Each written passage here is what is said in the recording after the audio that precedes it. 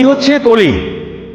এখন থেকে কলি তোমাদের সঙ্গে ক্লাস করবে। প্রহর, এই 3 মাসের যত নোটস তুমি ওকে একটু ভালো করে বুঝিয়ে দিবে। ও হচ্ছে প্রহর। আশা করছি এবছর আমাদের জন্য একটা গোল্ডেন নিয়ে আসবে।